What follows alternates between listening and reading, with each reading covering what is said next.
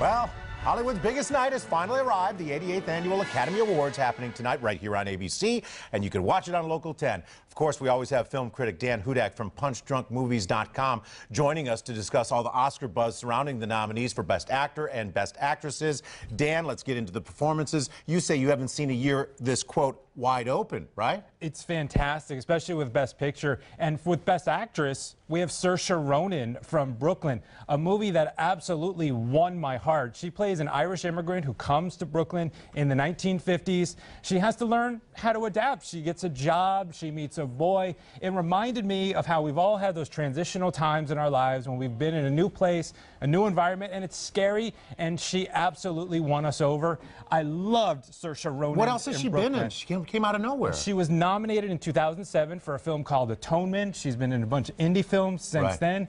But the actress who's going to win tonight is Brie Larson for Room. Everybody's talking about this film. Because if Ronan won our heart, Larson broke our heart. She plays a woman who is trying to protect her 5-year-old son from the horrors of the fact that they're forced to live in a garden shed because their kidnapper is keeping them there. It's a heartbreaking performance. Brie Larson has won all the early awards leading into tonight, and she's going to be our winner tonight. Anybody that's interested in science is pulling for Matt Damon in The Martian, though. He really did a spectacular job playing this astronaut. Because he is that movie. An entire third of that movie is Damon alone on screen. And if we don't like him, root for him, if we're not invested in his wit and his charm and absolutely pulling for him every step of the way, the whole movie could have fallen apart. But The Martian was my favorite movie of the year, and that's largely because of Matt Damon and how good he is. I love the fact that Damon was nominated.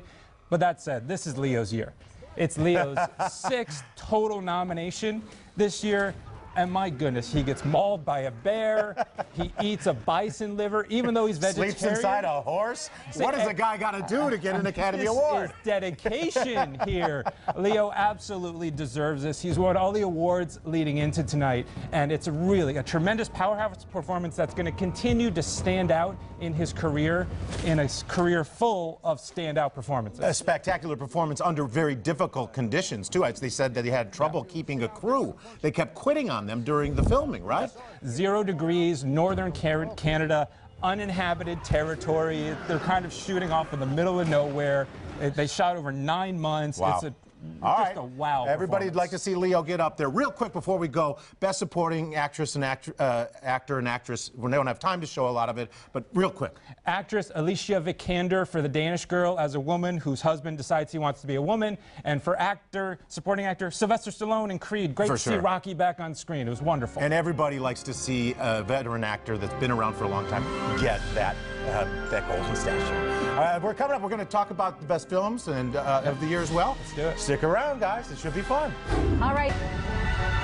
We are just hours away from Hollywood's biggest night. The 88th Annual Academy Awards is happening tonight, and you can watch it right here on Local 10. Our film critic, Dan Hudak from PunchDrunkMovies.com, joins us to discuss all the Oscar buzz surrounding the nominees for Best Picture. And let's get started with a picture that's based around our business, journalism. Absolutely. Of all the years I've covered the Oscars, this has been the most fun I've had covering Best Picture because it can go in so many different directions, including Spotlight, which had the early buzz coming out of the Toronto Film Festival in September. It has done nothing to really lose that. It's a tremendous film, and it's loved by actors, and that's important because most of the Oscar voters are actors. It won the Screen Actors Guild Award for Best Ensemble. That's a good indication of Best Picture contention.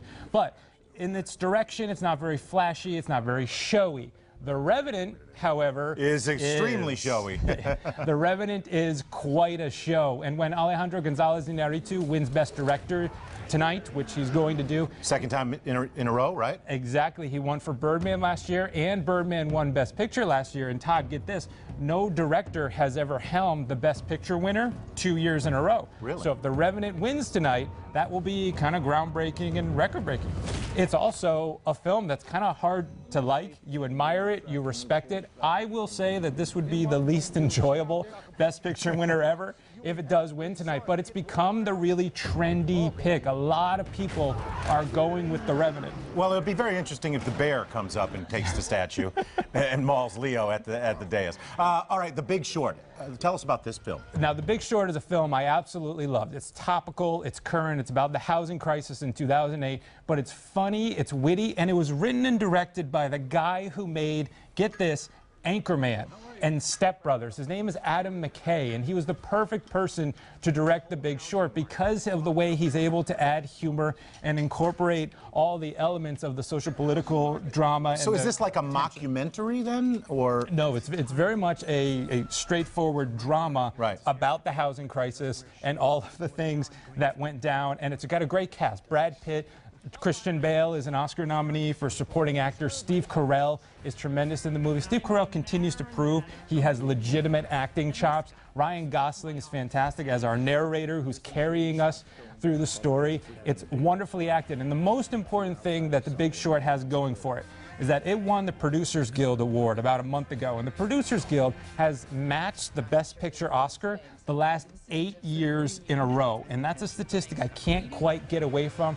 Regardless of how trendy a pick The Revenant is, I'm still sticking with The Big Short, even though I might know better, and maybe we should be going with The Revenant. I'm sticking with The Big Short. I'm going with The Revenant. You know that. That's my pick. You got to dare to be different sometimes, I guess. All right. And Chris Rock, he's going to kill, isn't he? He's going to be fantastic, and I cannot wait to see him take the Academy to task.